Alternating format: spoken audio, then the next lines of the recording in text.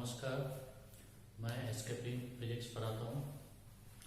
काफ़ी दिनों से लॉकडाउन चल रहा है तो हमने सोचा कि शुरू करते हैं 12th का सिलेबस।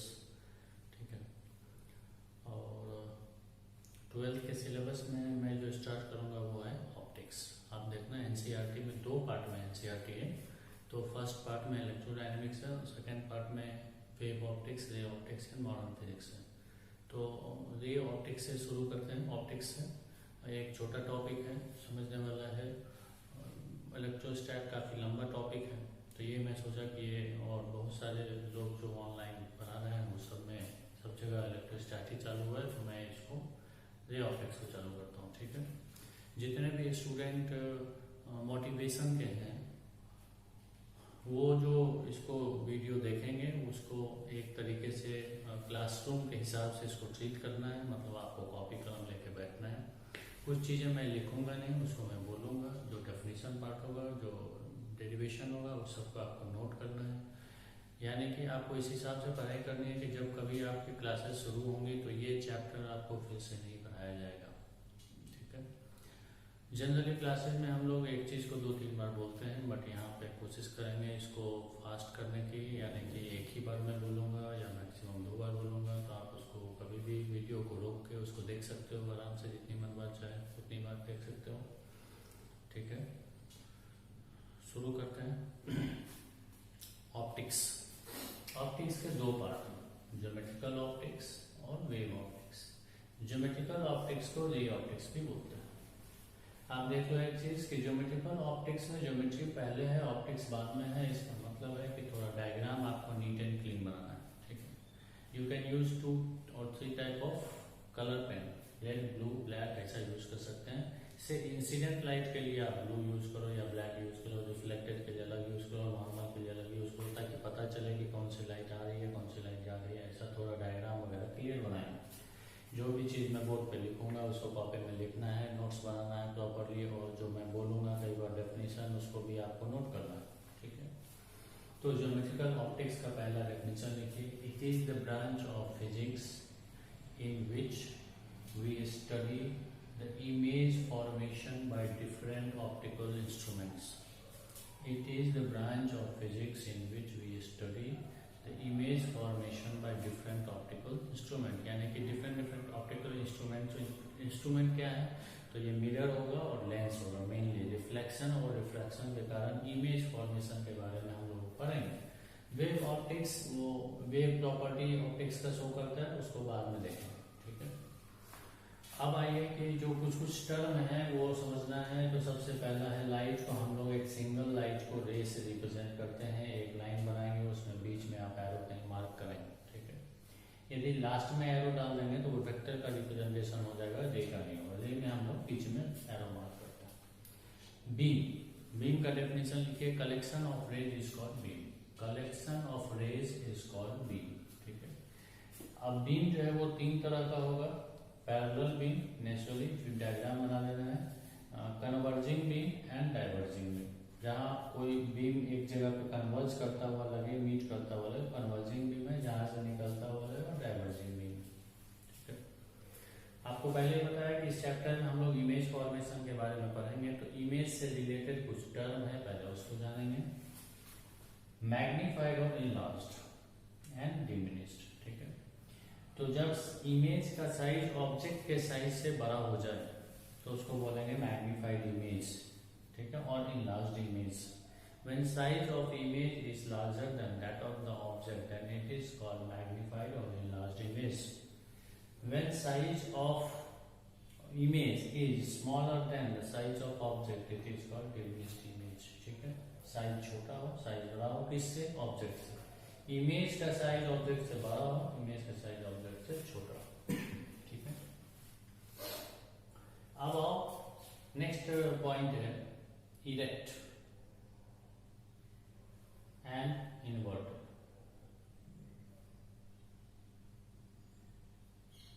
Erect and inverted. ठीक है, तो समझने के लिए आप बात करेंगे तो इरेक्ट का मतलब होता है सीधा और इनवर्टेड का मतलब होता है उल्टा। ठीक है, सीधा इंग्लैंड और उल्टा इंग्लैंड। क्या मतलब हो गया? जैसे मान लीजिए कि कोई आदमी है, ठीक है, ये आदमी है, इसका सर है, इसका यदि इमेज उल्टा बने तो उल्टा ऐसा बने, ठीक है, ये सब नीचे बने, इसको आप बोलिएगा इन्वर्टेड इमेज। ओके, और यदि इसी ऑब्जेक्ट का ऐसा ही इमेज बने, इमेज छोटा बड़ा बनेगा वो अलग चीज है, वो साइज से मतलब है, उल्टा सीधा अलग चीज है, ठीक है। ये इरेक्ट इमेज हुआ, ये आपका हुआ इरेक्ट इमेज, और ये इमेज हुआ इन्वर्टेड, ठीक है। ये समझने वाली बात है। अब है कि इसको टेक्निकली कैसे डिफाइन करें, ठीक, टेक्निकली कैसे डिफाइन करें। तो जैसे मान लीजिए कि ये एक मिरर है, ये मिरर का रिप्रेजेंटेशन है, आगे मिरर में और फिर डिटेल में बताऊंगा। इसको बोलेंगे कॉनकेव मिरर, कॉनकेव मिरर, ठीक है। इसको इसका बोलते हैं प्रिंसिपल एक्सिस, प्रिंसिपल एक्सिस। तो जब ऑब्जेक्ट और इमेज प्रिंसिपल एक्सिस के सेम साइड में हो तो ये ऑब्वियसली इरेक्ट इमेज हो। देखिए दोनों, ये मैंने ऑब्जेक्ट लिया, दिस इज द ऑब्जेक्ट, ठीक है, this is the image. Principal axis के दोनों एक ही साइड में हो तो इसको आप बोलेंगे कि दिस इज इरेक्ट इमेज। और यदि दोनों प्रिंसिपल एक्सिस के अपोजिट साइड में हो जाए तो ऑब्वियसली ये क्या हो जाएगा, उल्टा हो जाएगा, यानी कि इसको आप बोलोगे इन्वर्टेड इमेज, इन्वर्टेड इमेज, ठीक है। अच्छा, जरूरी नहीं कि दोनों ऊपर ही हो, एक और फिगर लेते हैं, ये देखो, ये ऑब्जेक्ट है, इसको मैंने नीचे कर दिया, प्रिंसिपल एक्सिस के नीचे, तो ये जो इमेज है ये इरेक्ट इमेज है, आप देखो दोनों एक जैसा है, तो this is now erect, erect image. और इसका कहीं यहाँ पे भी इमेज बनेगा, दिस इज ऑब्जेक्ट, ठीक है, इसका इमेज बनाना, इसका ऑब्जेक्ट, तो ये इरेक्ट इमेज हो, और ये कैसा इमेज हो, इन्वर्टेड इमेज हो, ठीक है। तो ऊपर नीचे से मतलब नहीं है, मतलब है कि दोनों ऑब्जेक्ट और इमेज दोनों सेम साइड में हो तो उसको बोलेंगे इरेक्ट, और अपोजिट साइड में तो उसको बोलेंगे इन्वर्टेड, ठीक है। इसको लिखिए, डेफिनेशन लिखिए इरेक्ट इमेज का। When object and image are when object and image are in the same side of principal axis, then the image is said to be erect, ठीक है। सब डायग्राम बनाना आपको, वीडियो को रोक के सारा डायग्राम कॉपी में होना चाहिए, ठीक है, क्योंकि आपको आगे बोर्ड भी देना है, समझते चलना, कॉपी नोट्स प्रॉपरली बनाना, ठीक है। when object and image are in the same side of principal axis, the image is said to be erect, basically inverted. When object and image are in the opposite side of principal axis, it is called inverted image, ठीक। अब आप इसको ठीक से समझो कि object और image ये क्या, आप किसको बोलेंगे कि ऑब्जेक्ट है, किसको बोलेंगे कि इमेज है, ठीक है। तो ऑब्जेक्ट जो है समझने के लिए बोलेंगे जिसका इमेज बनाना है वो ऑब्जेक्ट है, जो इमेज बना वो इमेज है। बट ऑब्जेक्ट का मतलब होता है जहां से लाइट निकले, ठीक, जहां से लाइट निकले का मतलब क्या है, जैसे मान लीजिए आप एक रूम में बैठते हैं, किसी एक जगह पे आप लाइट बल्ब जलाते हैं, ठीक है, उस बल्ब से लाइट निकलती है, और उस बल्ब से लाइट जो है वो रूम के हर चीजों पे आ रही है, और वहां से फिर रिफ्लेक्ट होकर लाइट आपकी आंखों में आ रही है, तो आपके जो आंख का जो लेंस है उसको रिफ्रैक्शन करता है और रेटिना पे इमेज बनाता है, तो आप उसके इमेज को देखते हैं। तो बल्ब से, मान लीजिए आपके रूम में एक टेबल है, तो आप टेबल को देख रहे हैं, तो टेबल पे लाइट कहाँ से आई, तो बल्ब से आई, और टेबल से लाइट आपकी आंखों में गई तो फिर आपने उस टेबल को देखा। तो अब हम लोग जो है टेबल पर लाइट कहाँ से आई है इस चीज को इग्नोर कर देंगे, ठीक है। तो हम लोगों के लिए ये मान के चलेंगे कि लाइट कहाँ से आ रही है, टेबल से आ रही है, तो टेबल हमारे लिए क्या हो गया, ऑब्जेक्ट हो गया, ठीक। उसी तरीके से जैसे मून है, तो मून पे लाइट सन की आती है, लेकिन हमको मून दिखता है, तो हमको इससे अब मतलब नहीं है आगे समझने के लिए कि मून पे कहाँ से आ रही है, मेरे लिए लाइट कहाँ से आ रही है, मून से आ रही है, तो ऑब्जेक्ट क्या हो गया हमारा, मून हो गया, ठीक है। ऑब्जेक्ट का टेक्निकल डेफिनेशन पहले लिख लीजिए, it is the intersection point of all the incident raise, it is the intersection point of all the incident rays, incident raise के इंटरसेक्शन पॉइंट को ऑब्जेक्ट बोलेंगे। इमेज का डेफिनेशन लिखिए, it is the intersection point of all the reflected और refracted raise, आगे refraction भी पढ़ना है तो उसको भी लिख चलेंगे। It is the intersection point of all the reflected और रिफ्रैक्टेड रेज। ठीक है, अब आओ ये पॉइंट बहुत अच्छे से आप समझिएगा। Real object and virtual object.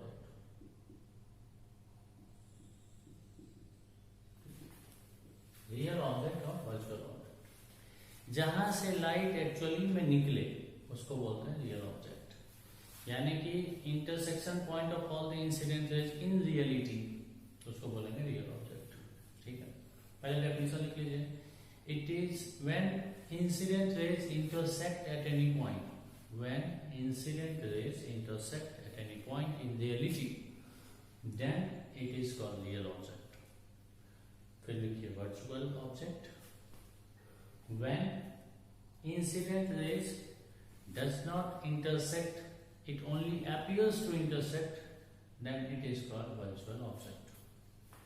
When incident rays do not intersect, it only appears to intersect, then it is called virtual object. सही में इंटरसेक्शन हो तो रियल है, करता हुआ लगे तो वर्चुअल है। ध्यान दीजिएगा, मान लीजिए ये कोई मिरर है, ये प्लेन मिरर का नोटेशन है, आगे फिर से बताएं। ये मान लेते हैं प्लेन मिरर। आप प्लेन मिरर के पीछे जाके खड़े हो जाएंगे तो आप ऑब्जेक्ट की तरह काम नहीं करेंगे, चाहे वो वर्चुअल है चाहे वो real. It is not an object. ठीक है, तो अब देखिए कि कोई मिरर है, उसके आगे यदि कोई ऑब्जेक्ट है, इसको अभी पॉइंट ऑब्जेक्ट बोलेंगे। अभी हम लोग पॉइंट ऑब्जेक्ट के बारे में पढ़ेंगे, आगे फिर लेंगे। ये कोई ऑब्जेक्ट है, यहाँ से लाइट निकलेगी। ठीक है, यहाँ से लाइट निकलेगी। अब ये लाइट इस पर कहाँ है, इसका खुद का है या कहीं और से, इससे कोई मतलब नहीं। ये जो इंसिडेंट रे है ये यहाँ से निकल रही है, यानी यहाँ इंटरसेक्शन हो रहा है। तो क्या बोलेंगे इसको बोलेंगे इट इज रियल ऑब्जेक्ट। ठीक है, अब देखिए वर्चुअल ऑब्जेक्ट। वर्चुअल ऑब्जेक्ट क्या है? मिरर पे लाइट ऐसी आए, कैसी? कन्वर्जिंग। मिरर पे कैसी लाइट आए? कन्वर्जिंग। और ये मिरर के पहले कहीं पे भी इंटरसेक्ट ना करे और उसको आगे प्रोड्यूस करें तो मिरर के पीछे कट करती हुई लगेगी, तो वहां जा नहीं पाएगी। इसको डॉटेड बनाइए। ठीक है, मिरर पे कैसी लाइट आए? कन्वर्जिंग। इसको प्रोड्यूस कीजिए, मिरर के पीछे यहीं कट करती हुई लगेगी। तो जो हाँ कट करती हुई लगेगी, this point will be acting as virtual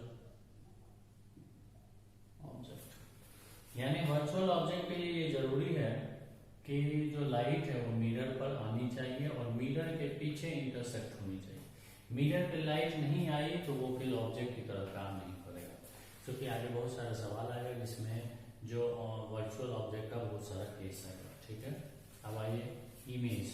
तो सिमिलरली ऐसा ही है, ये image intersection point of all the reflected raise. तो जहां इंटरसेक्शन सही में होगा उसको बोलेंगे real image. And the virtual image.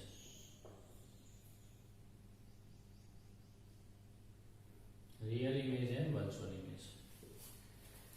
Real image लिखिए, when the reflected rays intersect at any point in reality, when the reflected or refracted rays intersect at any point in reality, then the image is said to be real. जब सही में intersection हो तो उसको real image बोलेंगे।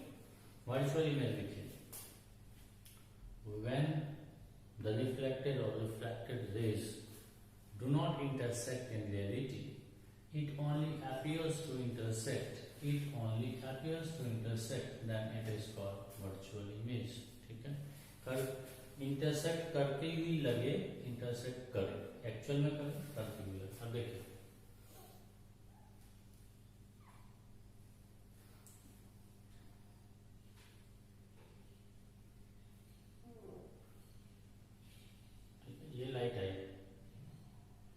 ये light reflect हो गई। ठीक है, ये एक मिरर, प्लेन मिरर। ठीक है, तो अब देखिए ये लाइट आई, रिफ्लेक्ट होके चली गई, यहां से लाइट एक्चुअली में आ रही है, यानी कि ये रियल ऑब्जेक्ट। ये रिफ्लेक्टेड लाइट है, ये नो यहां लिखिएगा, रिफ्लेक्टेड लाइट, रिफ्लेक्टेड। ठीक है, इस लाइट को आगे बढ़ाते जाइए आप, ये कहीं नहीं मिलेगी, कहीं कट नहीं करेगी। पीछे बढ़ाएंगे तो यहाँ से कट करती हुई लगेगी, ये लगेगी कि यहाँ पे इंटरसेक्ट कर रही है, तो ये क्या होगा, ये वर्चुअल इमेज हो गया। ठीक है। सिमिलरली मान लीजिए कि मैं इस पे लाइट ही ऐसी डालू, ऐसी लाइट डाला, ठीक है, एरो पे ध्यान दीजिएगा, ये कन्वर्जिंग लाइट है, इसको आगे प्रोड्यूस करेंगे तो यहाँ कट करके भी लगेगी, लाइट यहाँ जाने लगी, रिफ्लेक्ट हो जाएगी। ठीक है, तो ये जो पॉइंट है जहाँ इंटरसेक्ट करती हुई लग रही है, ये क्या है, इट इज वर्चुअल ऑब्जेक्ट। और ये जो दोनों लाइट है, ये दोनों लाइट रिफ्लेक्टेड लाइट है, ये सही में यहाँ पे इंटरसेक्शन कर रही है, तो ये इसको क्या बोलेंगे, इसको बोलेंगे रियल इमेज। ठीक है, इसको देख लीजिए, कमेंट कीजिएगा।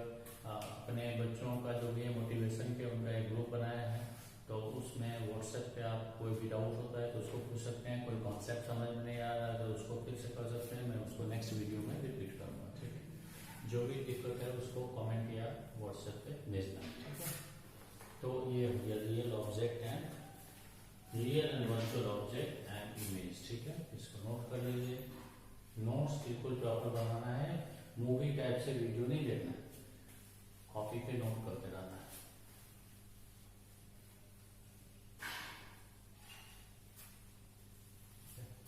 Object and image, okay. अब आइए एक एक टर्म है,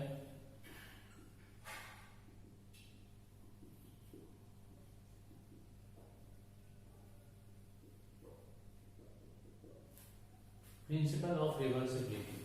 ठीक है, इसको लिख लीजिए पहले, principle of reversibility. When a ray suffers 180 degree deviation at any point, it retraces its path. When a ray suffers 180 degree deviation, it retraces its path.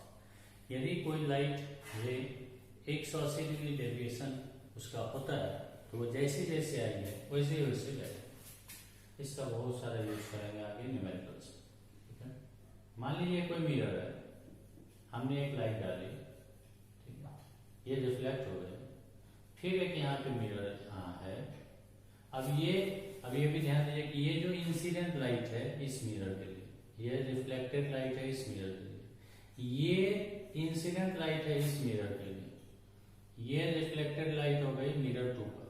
ठीक है, एक यहाँ मिरर यदि लगाते हैं और ये मिरर ऐसा लगाते हैं कि ये लाइट इस पे परपेंडिकुलर हो जाए तो फिर लाइट जैसी आई थी वैसी जाएगी, ये डबल एरो में बना। ठीक है, जैसी आई थी तो इसी रास्ते को फॉलो करती हुई जाएगी, इसी रास्ते को फॉलो करते हुए जाएगी।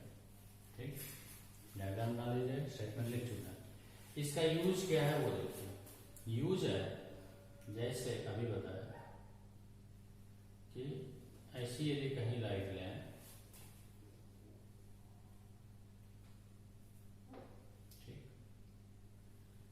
यहां से भी लाइट आप लेते हो तो ये रिफ्लेक्ट हो गई, इसको पीछे बढ़ाए तो यहां मिलती हुई लगी, so this is your virtual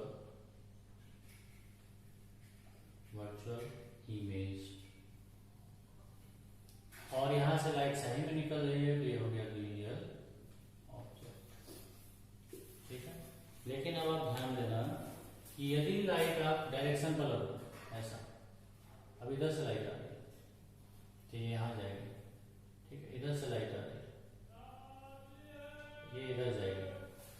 अब देखो ये लाइट आ रही है, हमने डायरेक्शन केवल बदल दिया, ये लाइट आ रही है, यहाँ कट करती हुई लगेगी तो ये क्या हो जाएगा, वर्चुअल ऑब्जेक्ट। और ये दोनों रिफ्लेक्टेड लाइट है, यहाँ पे सही में कट होगी तो ये क्या हो जाएगा, real image, it is real image. ठीक है, इसका मतलब क्या हुआ कि ऑब्जेक्ट और इमेज जो है वो interchangeable, object and image are interchangeable. ठीक, इसका क्या मतलब हो गया। ठीक है, डायग्राम बनाते जाओगे, वीडियो को पॉज करके सारा diagram neat and clean copy में होना चाहिए।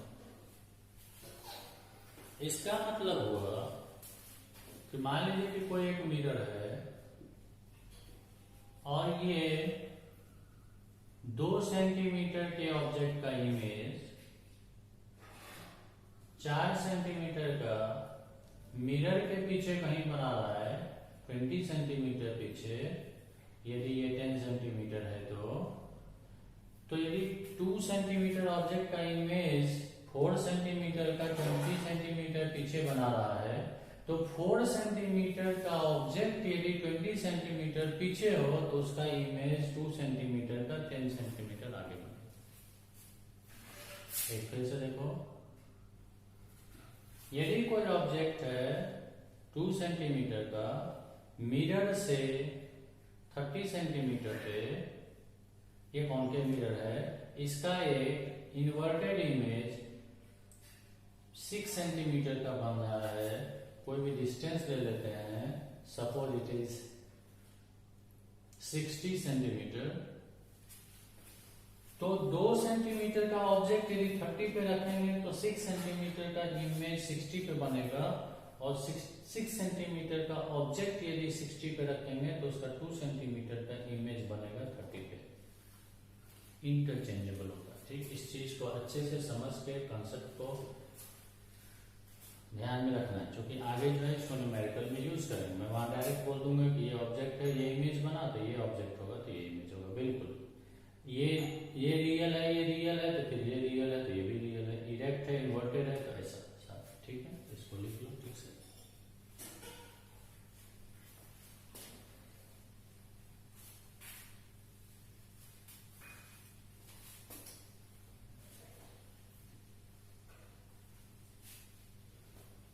अब आ जाइए ऑब्जेक्ट और इमेज।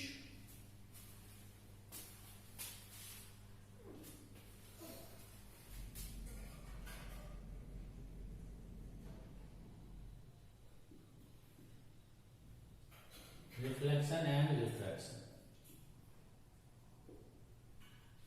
ठीक है, रिफ्लेक्शन एंड कोई मीडियम 1 है, मीडियम 1 एंड मीडियम, कहीं एक जगह पे आप लाइट आते, तो होता क्या है कि कुछ पार्ट इसका रिफ्लेक्ट हो जाता है। रिफ्लेक्ट मतलब उसी मीडियम में वापस चला जाता है, कुछ दूसरे मीडियम में चला जाता है। जो पार्ट इसी मीडियम में वापस आ गया इसको बोलते हैं, इस फेनोमेना को बोलते हैं रिफ्लेक्शन, और जो सेकंड मीडियम में चला गया उसको बोलते हैं रिफ्लेक्शन। ठीक है, डेफिनेशन लिखिए। Whenever light encounters boundary of two medium, ठीक, a part of it returns back into same medium. This phenomena is called reflection, and the remaining proceeds to second medium. This phenomena is called refraction. ठीक है, जब कभी light आएगी किसी दो medium के boundary पे, कुछ पार्ट उसका सेम मीडियम में रिफ्लेक्ट हो जाएगा, वापस चला जाएगा, इस प्रोसेस को रिफ्लेक्शन बोलते हैं। कुछ पार्ट उसका सेकंड मीडियम में चला जाएगा, इस फेनोमेना को रिफ्लेक्शन बोलते हैं। ठीक,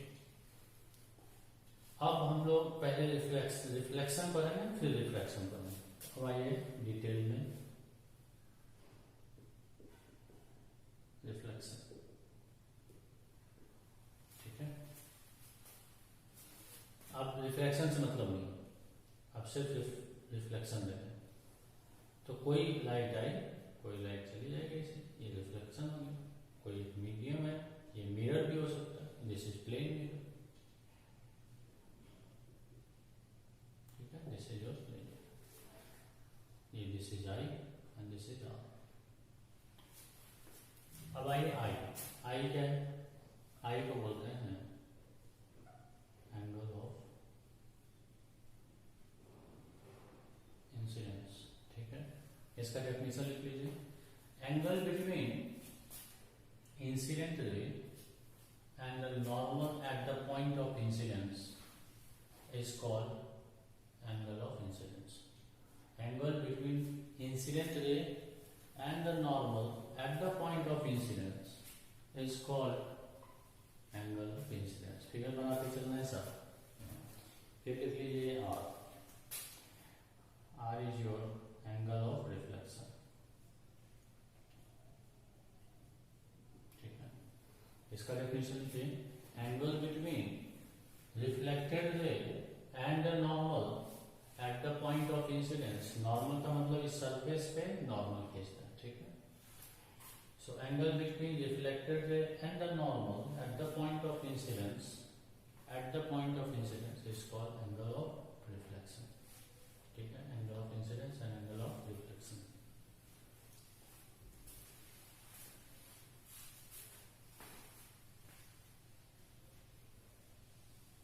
अच्छा, तब आइए laws of reflection.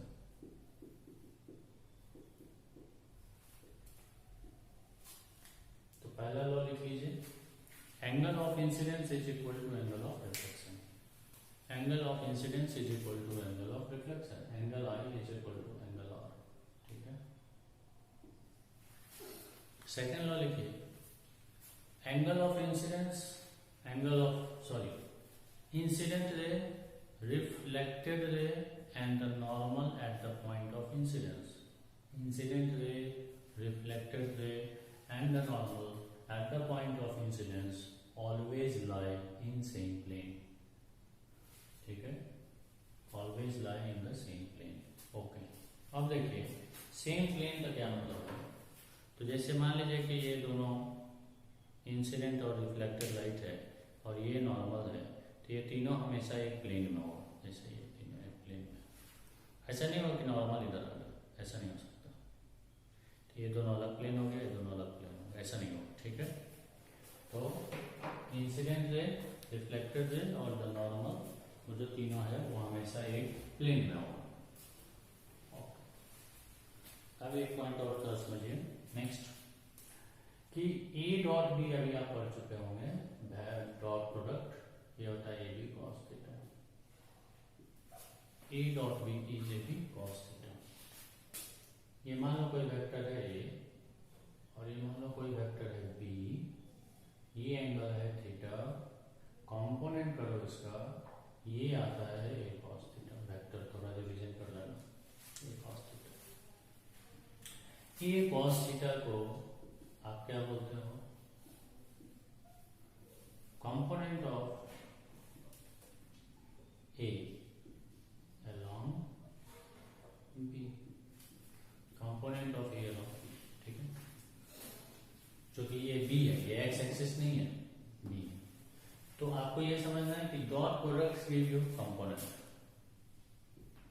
Dot product जो है ये आपको कंपोनेंट बताता है ऑटोमेटिक। क्रॉस प्रोडक्ट याद करो, ए क्रॉस बी का मॉड, ये एरिया बताता है, area of parallelogram,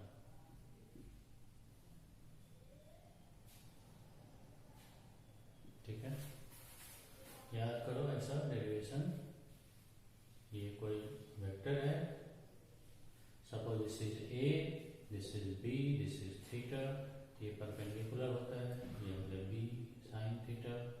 so A and B sine theta, तो उसका ए क्रॉस बी का मॉड क्या आता है आपको, A B sine theta. So cross product gives you area. अब एक चीज आप पढ़ना है वेक्टर में, A dot B cross C, इसको मैथमेटिक्स में बोलते हैं ट्रिपल प्रोडक्ट। मैथमेटिक्स में इसको बोलते हैं ट्रिपल प्रोडक्ट। मैथमेटिक्स में इसको सिंबॉलिकली ए बी सी बड़ी ब्रैकेट ऐसा लिखते हैं, और ये साइक्लिक ऑर्डर को फॉलो करता है, यानी कि बराबर हो जाएगा बी सी ए, और ये बराबर हो जाएगा सी ए बी। आप किसी एक को इंटरचेंज करोगे तो माइनस कर जाता है, यानी कि A B C will be equal to minus A C B. ये तो मैथमेटिक्स है, इतने से हमको मतलब। अब देखो ट्रिपल प्रोडक्ट का मतलब है, अच्छा कंपोनेंट ये एरिया हो गया। एरिया में 2 डायमेंशन होता है, लंबाई गुना चौड़ाई। तो 2 वेक्टर से आप इसको रिप्रेजेंट करते हो। यहाँ देखो 3 वेक्टर ए बी सी, यानी ये जो भी चीज है ये 3D का कुछ चीज बताता है। तो ट्रिपल प्रोडक्ट जो है A dot B cross C, ये आपको वॉल्यूम बताता है, वॉल्यूम, ठीक है। A dot B cross C volume बताता है। तो 3 डायमेंशन है, देख लो, लेंथ विड्थ हाइट ऐसा कुछ ले सकते हो, लेंथ विड्थ हाइट। तो बी क्रॉस सी क्या बताएगा, तो फ्लोर का एरिया बताएगा, उसमें हाइट से मल्टीप्लाई कर दो तो ये क्या बताएगा, वॉल्यूम बताएगा, ये वॉल्यूम बताएगा, ठीक है। तो यदि A dot B cross C 0 हो जाए तो वॉल्यूम 0 हो जाए। वॉल्यूम 0 होने का मतलब है कि ऑब्जेक्ट जो 3 डायमेंशनल नहीं है, 2 डायमेंशनल है। 2 डायमेंशन में वॉल्यूम नहीं होता, 2 डायमेंशन में हमेशा एरिया होता है, लंबाई तो नहीं चौड़ाई, हाइट तो ही नहीं। तो वो करने का मतलब हो गया, तो प्लेनर ऑब्जेक्ट हो, यानी कि तीनों वेक्टर एक प्लेन में होंगे। तो एक प्लेन में वेक्टर के होने का ये कंडीशन, ये आपको याद रखना है, ठीक। यदि A dot B cross C 0 है तो we can say that A B and C are the coplanar vectors, मतलब तीनों वेक्टर एक प्लेन में होंगे। अच्छा, A dot B cross C निकालते कैसे, ये कैसे निकालेंगे, तो आप ये मैथमेटिक्स में भी पढ़े होंगे और वेक्टर में भी ये डिटर्मिनेंट निकालना आप जानते हो, A X A Y A Z, B X B Y B Z, C X C Y C Z, determinant is equal to A X, ये सब पता होगा आपको, प्लस माइनस प्लस करते हैं, तो ये हो जाएगा B Y C Z minus B Z C Y minus A Y B Y C Z minus B Z C Y plus A Z A B X C Y minus B Y C X, ठीक है। जैसे determinant आप बनाते हैं वैसे इसको solve करना। ये आपको स्केलर क्वांटिटी देता है, इसका वैल्यू है वो आपको वॉल्यूम बताएगा, ओके। तो इतना बस केवल याद रखना है कि A dot B cross C बराबर 0 कोप्लानरिटी का कंडीशन है। तो triple product A B C ये 0 हो जाए, और 0 है तो फिर किसी भी ऑर्डर में लिख सकते हैं, बी ए सी भी लिख सकते हैं, सी ए बी भी लिख सकते हैं, वो 0 हो जाए। तो इसका मतलब होगा कि ये क्या है, कोप्लानर है, ठीक है। अब इसमें कई बार सवाल आता है, वो ध्यान रखना है।